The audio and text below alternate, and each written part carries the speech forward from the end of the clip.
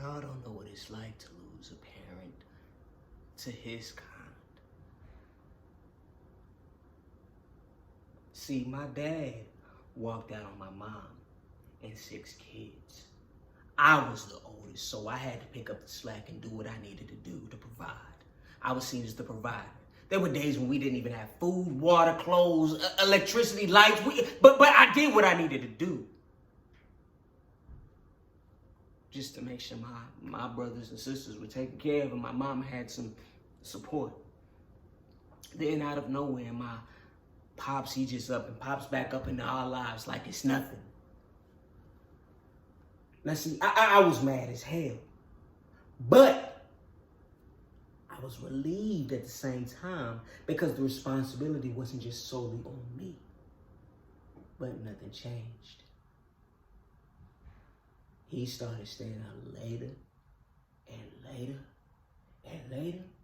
And my moms and pops kept fighting and fighting and fighting. Like my dad's way of an excuse is a reason to step out and leave. I got sick of it. So one night I trailed a nigga. Now he ain't had no car, so I knew he wouldn't go too far.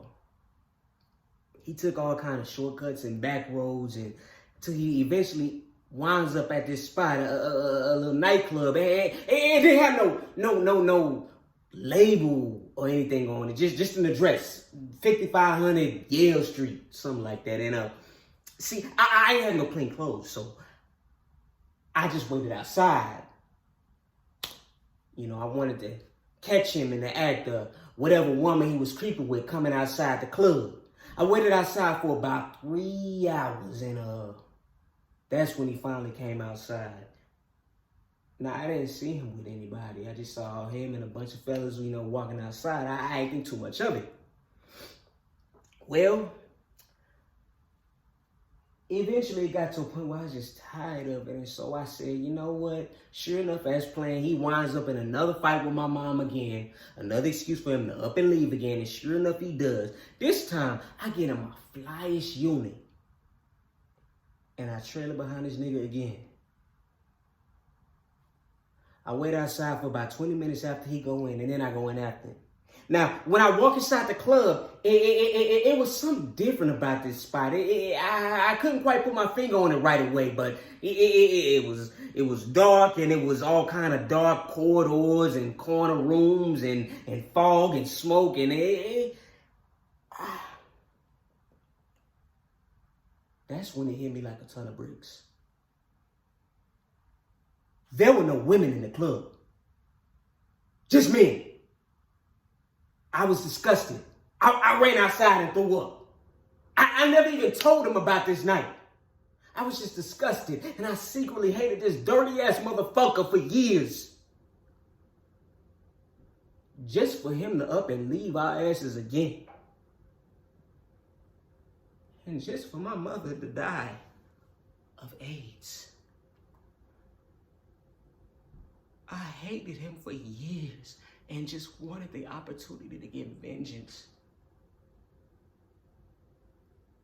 So I would ride back up to where that little joint was and just wait outside, just wait for the opportunity to take my anger out on the motherfucker. And then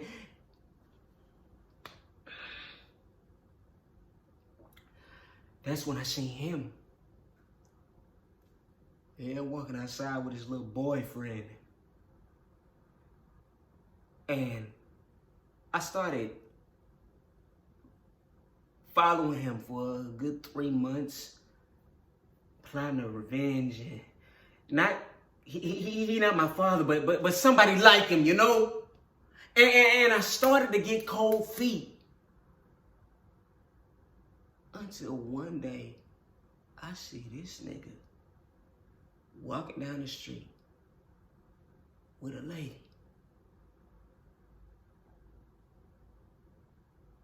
But you was just, I saw that.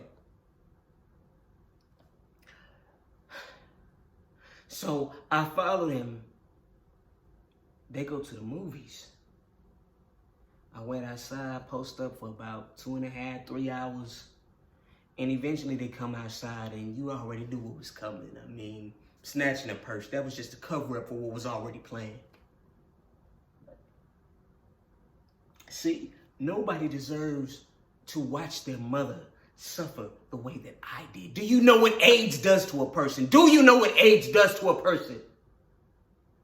That type of punishment might be justifiable for somebody that's a junkie or a prostitute, but not my mama. Not somebody that never missed Sunday school a day in her life, never missed Bible class a Wednesday in her life. What kind of God allows somebody to go through the type of suffering that my good-ass mama, who never hurt nobody in a day in her life, what type of God allows somebody to go through that?